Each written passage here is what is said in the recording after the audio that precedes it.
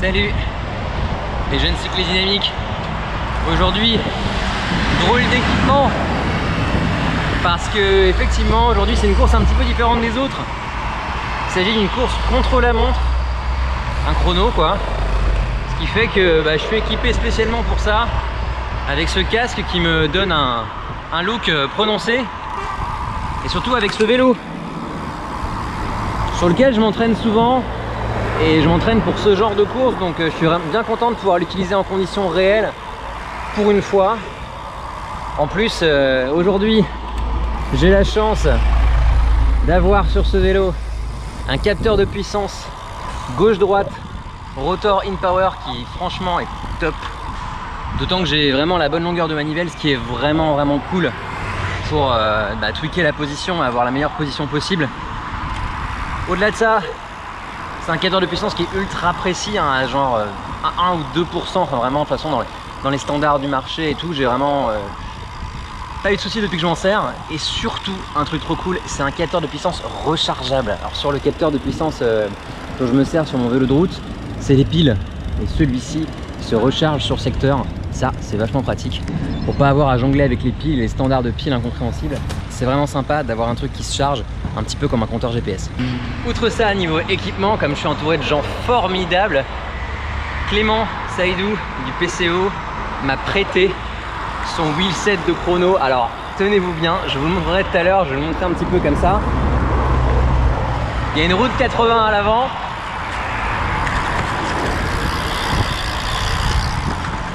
Et une roue lenticulaire à l'arrière. Je peux vous dire qu'avec ça, si je fais pas le meilleur temps possible, c'est vraiment qu'il y a un problème. D'ailleurs, en parlant de temps, c'est aujourd'hui un chrono qui fait un peu moins de 15 km. Je me suis testé sur cette distance sur le polygone de Vincennes qui a finalement un parcours relativement similaire, hein, avec des faux plats, des petites faux plats descendants.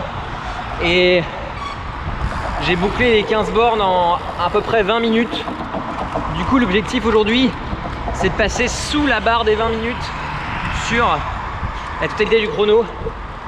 Et j'espère vraiment pouvoir y arriver. En tout cas, je suis équipé pour.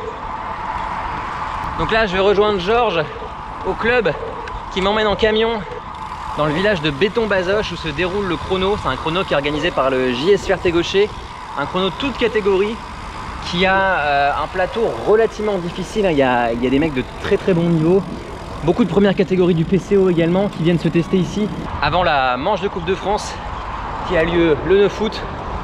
Du coup, plateau assez relevé, mais j'espère me classer, allez, le moins loin possible des meilleurs, on va dire.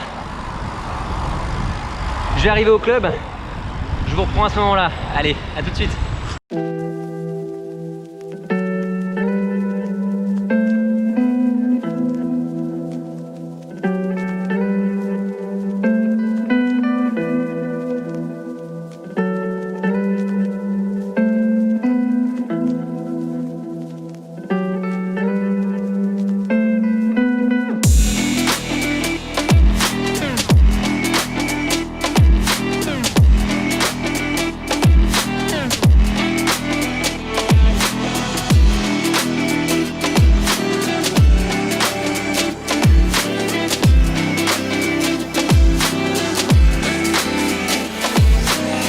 Voilà l'endroit où on était installé avec le club, à tous les vélos de chrono alignés, c'était vraiment stylé. Et je vais pouvoir vous montrer un petit peu en détail ce pédalier capteur de puissance Rotor InPower qui est monté sur mon vélo.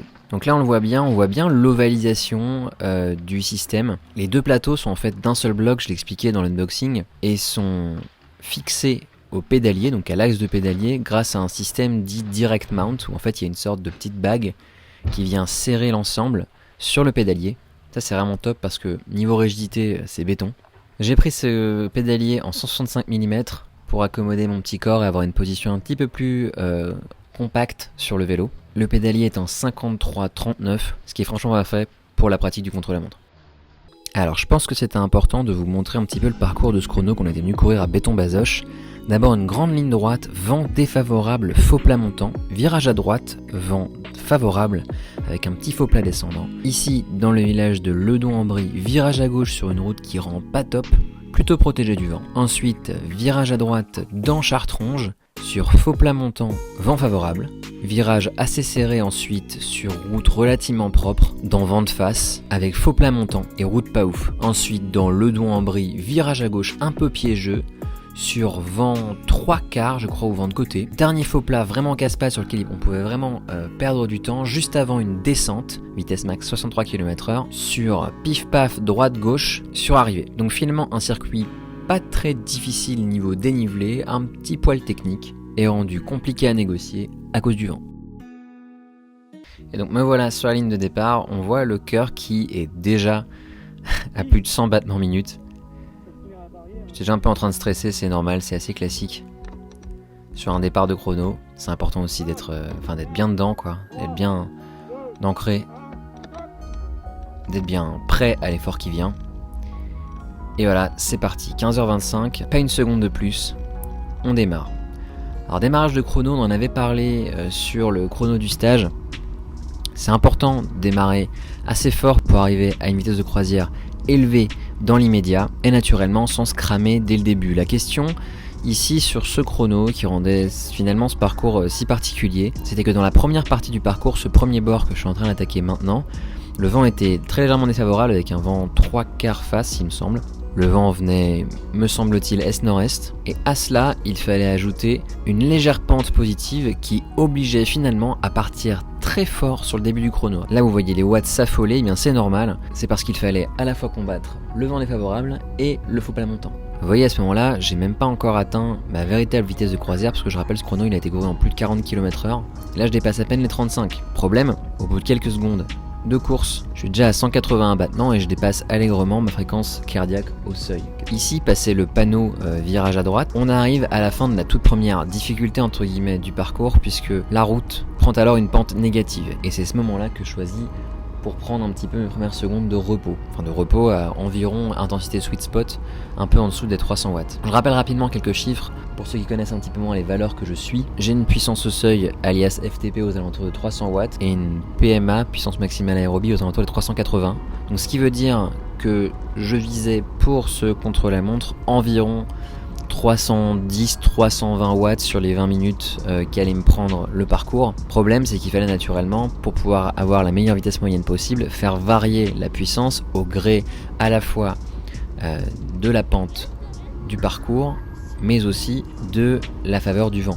Ce qu'il fallait essayer de chercher à faire, c'était de mettre plus d'énergie, plus de puissance dans les parties difficiles et en mettre un petit peu moins pour se reposer dans les parties les moins ardues. Et d'ailleurs, pour qu'on se rende bien compte de l'effort que je fournis et surtout du niveau d'effort fourni dans les 30 dernières secondes, j'ai ajouté une jauge intéressante qui se trouve en haut de l'écran, en plein milieu, et qui donne la puissance moyenne sur les 30 dernières secondes, ce qui va nous permettre d'avoir une tendance globale de la puissance en regardant les deux valeurs, la valeur de puissance instantanée qui est en bas à droite et la valeur de puissance moyenne sur 30 secondes qui est en haut. Donc grâce à ça, on peut un petit peu comprendre pourquoi mon cœur est déjà à 187 battements par minute, parce que tout à l'heure, j'avais des puissances moyennes sur 30 secondes qui dépassaient allègrement les 350 watts.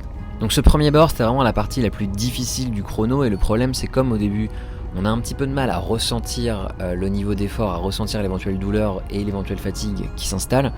C'était difficile de doser ce premier effort parce qu'il était assez frustrant finalement. La vitesse atteinte est très faible, en deçà des 40 km/h sur les parties en faux plat montant. La fréquence cardiaque, elle est très élevée et la puissance correspondante, elle aussi, est relativement élevée.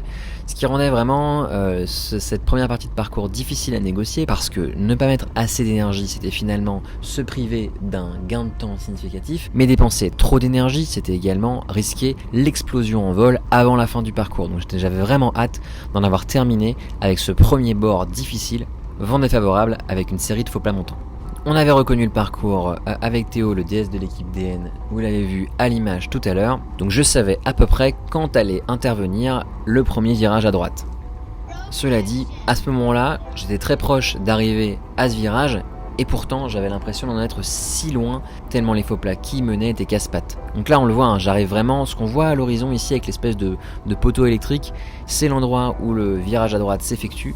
Là je me dis vas-y donne tout sur ce dernier faux plat à 1 ou 2%, comme ça tu sortiras avec de la vitesse dans la partie portée, dans la partie avec vent favorable, et tu pourras te reposer un petit peu entremettant à allure sweet spot. Vraiment, je crois qu'un des moments les plus difficiles du chrono, ça a été celui-là, celui où je suis arrivé au virage à droite. Pas seulement parce que c'était difficile dans les pattes, mais aussi parce qu'il est arrivé un élément assez imprévu. Regardez au loin, il y a une voiture blanche. Là, je me mets sur la gauche de la route pour prendre le virage le plus propre possible. Et là, je vois la voiture, une 205 blanche, qui s'engage à droite et je me dis « Oh non !» Et j'étais en train de gueuler un peu sur le signaleur parce que franchement, il m'avait fait un drôle de coup. En réalité, ça a été un petit peu sans frais puisque je prends le virage et la voiture s'éloigne, accélère pour me faire de la place. Mais à ce moment-là, j'étais vraiment en train de me dire « Oh là, est-ce que j'aurais pas foutu en l'air mon chrono comme ça ?» Après, j'ai pas eu besoin d'énormément ralentir. Mais je veux dire que j'avais été un petit peu surpris que le signaleur envoie la voiture sur le parcours au moment pile au moment finalement où j'allais arriver sur le virage. J'étais un petit peu navré, mais bon, quoi qu'il en soit, tout s'est bien passé finalement parce que la voiture s'éloigne et là, plus de problème. Deuxième bord du circuit, bord porté avec vent favorable et route relativement plate. Par contre, route de pas très bonne qualité. Donc bon, on avait reconnu le parcours à vélo, on savait pas trop s'il fallait se foutre à gauche ou à droite. Donc j'ai tenté un petit peu gauche puis droite. Bon, j'ai pas forcément trouvé la meilleure ligne. Ce qui était certain, c'était que le milieu était pas bon parce qu'il était sale. Donc jusqu'à ce que j'arrive dans le village ici, je me suis plutôt porté sur le côté gauche, côté droit. Dans le village pratique, la route était de bien meilleure qualité et c'était un léger faux plat descendant, du coup il y avait moyen de prendre de la vitesse sans forcément trop forcer au niveau des pattes. Et là, comme je vous l'ai dit, je vais essayer de récupérer des pulses. On voit d'ailleurs le cardio qui tombe un petit peu, 187 à 186.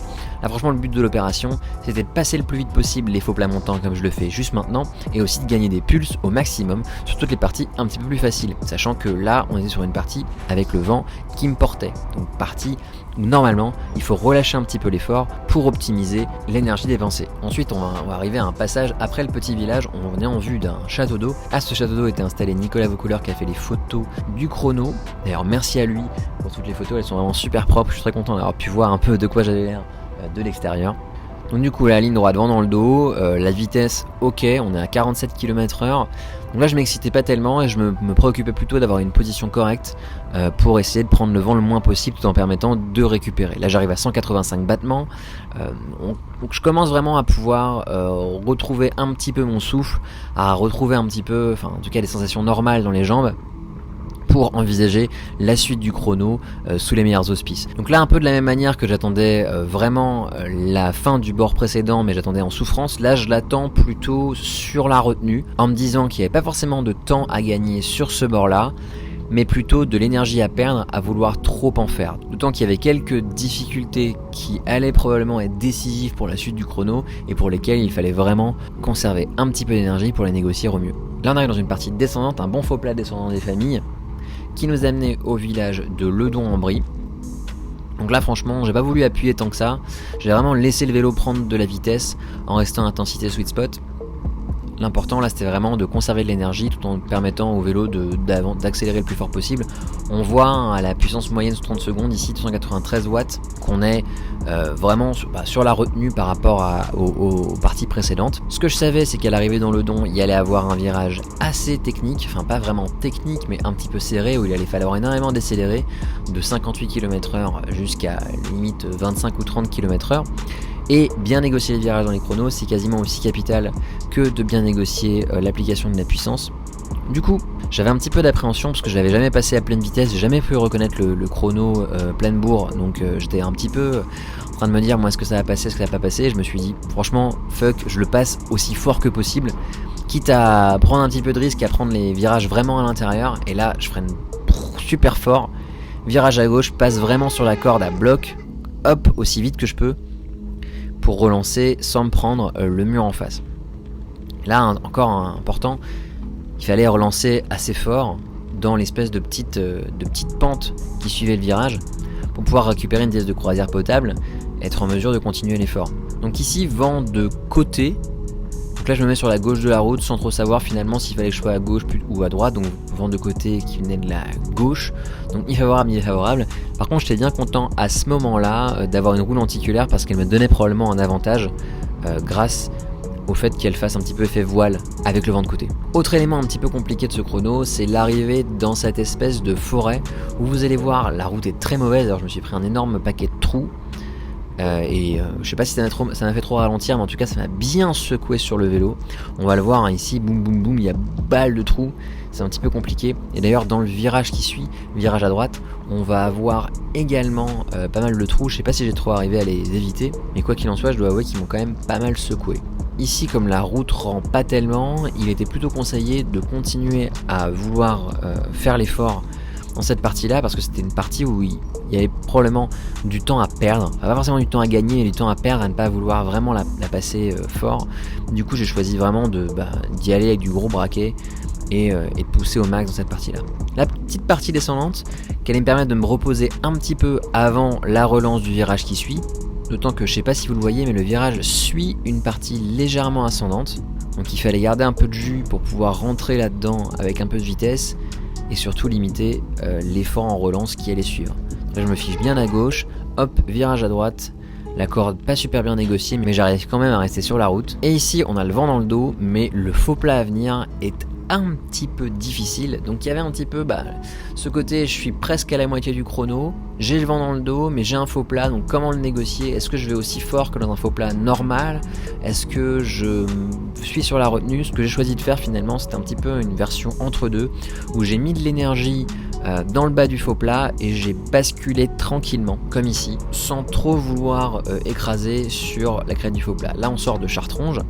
Et juste après, on l'avait reconnu, on l'avait fait en reconnaissance, on va avoir un virage assez serré avec un terre-plein central qu'il fallait correctement négocier pour pouvoir arriver dans de bonnes conditions dans la relance à suivre, d'autant que le prochain bord est un bord face au vent, donc il y a pas mal d'importance à conserver de la vitesse dans le virage à venir.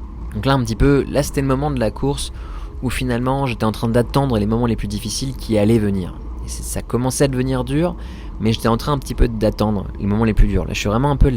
C'était pas encore insoutenable, mais ça commençait à devenir un petit peu difficile. J'étais encore en contrôle, mais toujours dans le doute pour ce qui concerne ma capacité à maintenir l'effort jusqu'au bout. En tout cas, assez content de voir, en revoyant la vidéo, que mon cœur arrive à se stabiliser à des intensités vraiment élevées. Donc c'est plutôt de bon augure pour la suite, d'arriver à voir finalement des chiffres qui font plaisir, d'arriver à stabiliser une fréquence cardiaque à plus de 300 watts. C'est plutôt satisfaisant dans l'optique d'une progression future. Et du coup là on va arriver à ce virage qui était peut-être le virage le plus serré du parcours, et que vous allez voir je vais négocier en 2 fois. Le problème du terre-plein central, c'est que ça interdisait l'utilisation de l'entièreté de la route sur l'arrivée du virage. Du coup je vais utiliser la ligne blanche comme limite, virer une première fois ici, hop, passer droit, virer une deuxième fois, passer à la corde. Et là du coup j'ai réussi à finalement passer le virage sans devoir vraiment relancer et en conservant un maximum de vitesse, puisque j'en sors à 42 km/h. Le bord à suivre, comme j'expliquais, est un bord face au vent, un petit peu difficile à négocier. La route rendait pas super, et à l'entrée du village de Ledon-en-Brie, qu'on a passé tout à l'heure mais par un autre côté, il y avait un bon faux plat montant qui m'a vraiment cassé les pattes, et vraiment à ce moment là j'ai commencé à comprendre que ça allait être difficile pour achever le chrono. Donc voilà, le faux plat montant dont je vous parlais, là on voit la vitesse qui commence à baisser, 46, 45, 44, et regardez les watts, eux pourtant ils augmentent. J'essaie vraiment de négocier ce faux plat montant du mieux que je peux, 43, 370 watts. Là vraiment j'essaie de maintenir au max la vitesse que la petite partie descendante m'a donnée, mais c'est très difficile. D'ailleurs à l'entrée du village, je perds encore quelques kilomètres à l'heure, à la faveur d'une petite baisse de régime, Je suis passé de 370 à 310 pendant une demi-seconde, j'ai perdu 5 km/h. Donc là vraiment il y avait... je commençais vraiment à avoir du mal, surtout quand on voit passer la vitesse en deçà des 40 km/h, malgré la puissance qu'on cherche à maintenir. Très difficile. Et d'ailleurs je commence à voir ma fréquence cardiaque qui commence à shooter vers le haut, 189 battements par minute, on a vu passer à 190 tout à l'heure. Et là on va arriver à un dernier virage, le virage de Ledon-en-Brie, qui nous amène vers finalement le dernier bord de ce chrono, bord avec vent un petit peu défavorable, très légèrement toboggan, on va le voir, et là ça commence vraiment à être difficile. Virage à gauche, d'ailleurs avec la fatigue je le négocie très mal, je shoot un peu vers l'extérieur, je dois changer de braquet pendant le virage, c'est très bizarre, j'ai vraiment négocié ça comme un sale, vraiment pas fou. Je pense qu'il y a un mélange du désir d'aller vite et de l'hébétude de la fatigue finalement, qui fait que on arrive fort mais on a un peu peur, mais on est crevé, du coup on prend des décisions un petit peu pourries, ce qui fait que les lignes dans les virages deviennent de plus en plus merdiques. Alors la première était très bien, la seconde était super, et les suivantes deviennent finalement de plus en plus pourris parce que on est à la fois fatigué, on a le désir de rouler le plus vite possible. Du coup, ça donne des trajectoires un peu pourries. Là, sur cette partie du parcours, il y avait un côté de la route qui était un peu meilleur que l'autre, et c'était le côté gauche, sauf que je m'en rends compte assez tardivement. Du coup, j'ai passé pas mal de temps sur le côté droit à rebondir pas mal, et à en souffrir un petit peu. Et c'est qu'après un certain temps que je me rends compte que le côté gauche était finalement un petit peu meilleur. La partie qui vient est légèrement descendante, mais ce n'est qu'une sorte de hors-d'œuvre pour préparer au dernier faux plat de la course où finalement je pense que les secondes se grattaient le mieux. Vous allez le voir, on arrive aux 3 km, à 3 km de l'arrivée. Et ici, c'est un des moments vraiment décisifs du chrono, je le pense. On en avait parlé à l'échauffement, et il me semble que c'est vraiment l'endroit qu'il fallait pouvoir passer avec de la vitesse pour prétendre au meilleur temps possible. Du coup là on le voit, hein, la pente vient de passer à 1%. Donc du coup je fais le max pour maintenir la vitesse. Ici ultra difficile de maintenir la vitesse, surtout ultra difficile de doser l'effort parce que je ne voyais pas du tout la fin de ce faux plat. Faux plat qui forcit, qui passe à 2%. Et du coup je commence à vraiment appuyer au max pour passer le plus fort possible. Et d'ailleurs on m'entend un petit peu gémir à ce moment là de la vidéo. Vraiment difficile de maintenir l'effort. Et là je me dis bon, tu vois le château d'eau qui est à gauche, il faut absolument passer ce château d'eau avec le plus de vitesse possible. Et c'est ça que j'essaie vraiment de faire en appuyant le plus possible. Franchement là c'est le moment où je pioche le plus parce que je sais que ce faux plat là, c'est le dernier faux plat de la course.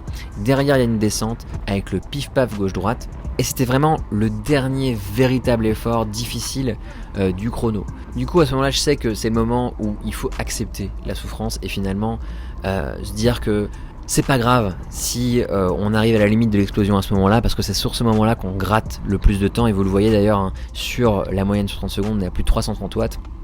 C'est vraiment le moment que j'avais choisi pour en faire le plus possible. Petite erreur cela dit, au passage à travers du château d'eau, au moment où je repasse sur une pente 0, voire sur une pente négative, j'aurais peut-être dû faire un petit effort supplémentaire pour pouvoir mieux me lancer dans la descente à suivre. Parce que là vous le voyez, il y a une descente qui suit, hein, là j'accélère sans forcément appuyer beaucoup plus fort.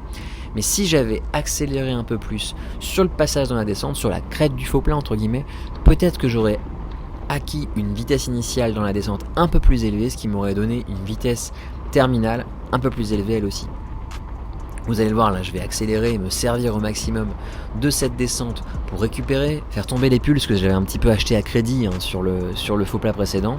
Donc là de 190, je vais essayer de m'amener à des fréquences cardiaques beaucoup plus gérables pour la fin de la course. Bon là on arrive vraiment dans les tout derniers kilomètres du chrono, ce qui veut dire globalement que les derniers efforts vont se faire au mental. Et là, dernier élément du contrat, ne pas chier le dernier virage. Parce qu'il y a un dernier virage, un double virage gauche-droite, et celui-là il était absolument pas question de le manquer, ce serait vraiment trop bête de se viander à même pas 1 km de l'arrivée. Et là on va le voir, donc sur le repassage sur le plat, j'ai essayé de maintenir un maximum de vitesse en piochant un tout petit peu à l'arrivée dans le virage, mais comme le virage allait nécessiter une belle décélération, j'en ai pas non plus trop fait. Donc ici vous allez voir, j'arrive quand même relativement vite, ce qui est un peu à la fois une bonne et mauvaise chose, parce que vite ça veut dire que le virage allait être difficile à négocier. D'ailleurs je manque de me prendre le trottoir à la sortie du premier virage à gauche. Ensuite virage à droite, je prends un maximum de la largeur de la route pour essayer de négocier au mieux le dernier virage.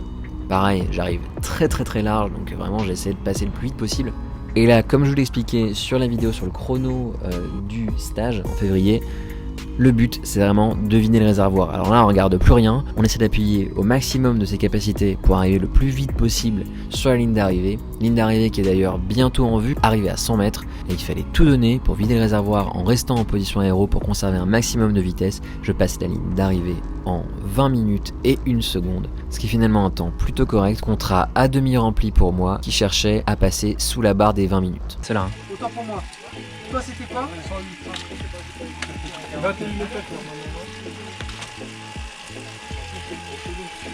21, 35. Rémi, toi, après ça allait mieux, t'as vu comment t'allais mieux? Et après, à la fin, et du coup, j'étais là et je n'osais pas passer à droite parce qu'il y avait le vent. Du coup, j'ai dû ralentir un peu, passer à gauche. Tiens, il est revenu. Je sais pas combien sur le d'Europe. Je vois souvent, pareil, même au Tour de France, tu vois les mecs qui les encouragent, ils leur disent vas-y, fais. Donc maintenant que le chrono est terminé, je vais vous parler un petit peu plus en détail du capteur de puissance Rotor 2 Wind Power que j'ai eu la chance de pouvoir essayer pendant ces quelques mois de préparation. Alors, ce que j'ai vraiment aimé, c'est la facilité de montage, le fait que finalement, le truc, il se monte avec une bague, derrière, il se monte dans le cadre, et après, on l'oublie. Hein. C'est ça qui est très pratique avec les pédaliers capteurs de puissance, et d'autant plus avec ce pédalier-là, le 2 Wind Power, c'est que c'est vraiment facile à monter. Une fois que tu l'as monté, t'as plus besoin d'y penser.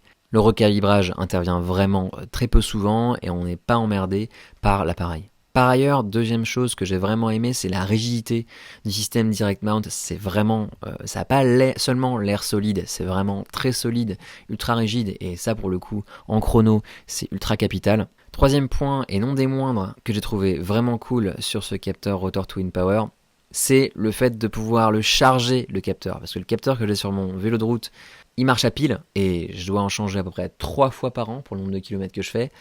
Donc c'est assez fréquent, ça veut dire que ça tombe en rade aussi 2 ou 3 fois par an.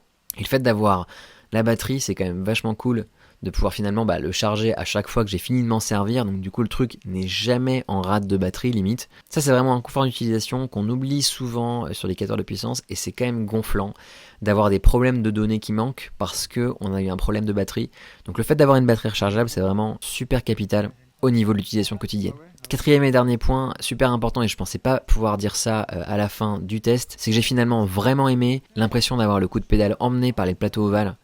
Alors, ce qui est super avec ces plateaux ovales, c'est que tout pendant que vous êtes assis, ou en tout cas c'est la sensation que j'ai eue quand je les ai essayés, on a vraiment l'impression que sur la partie ascendante du coup de pédale, le pied montant va être emmené, comme s'il y avait une sorte de force dans le pédalier qui emmenait votre coup de pédale et vous permettait de mieux gérer le coup de pédale suivant. Et ça, j'ai vraiment apprécié. En tout cas, ça m'a convenu, j'ai envie de dire. Et quand je l'ai reçu avec les pédaliers ovales, j'étais en mode moi j'aurais bien aimé avoir des pédaliers ronds, j'étais plutôt habitué, je veux pas changer, nanana. Maintenant je me dis franchement, sur ce vélo, le vélo de chrono, les pédaliers ovales, ça pourra le faire à long terme.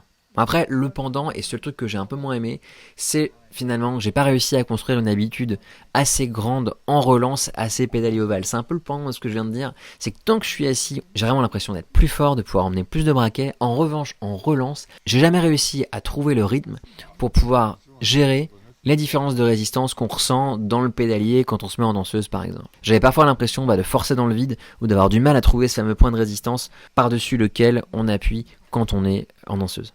Alors, il n'y a pas seulement ce que j'ai aimé et ce que j'ai moins aimé, il y a aussi des trucs que j'ai découverts avec le 2 Wind Power dont je n'avais absolument aucune idée avec mon capteur de puissance d'origine que j'avais sur le vélo de route. Pour commencer, j'ai découvert que j'avais un léger déséquilibre droite-gauche, plus de force à droite qu'à gauche.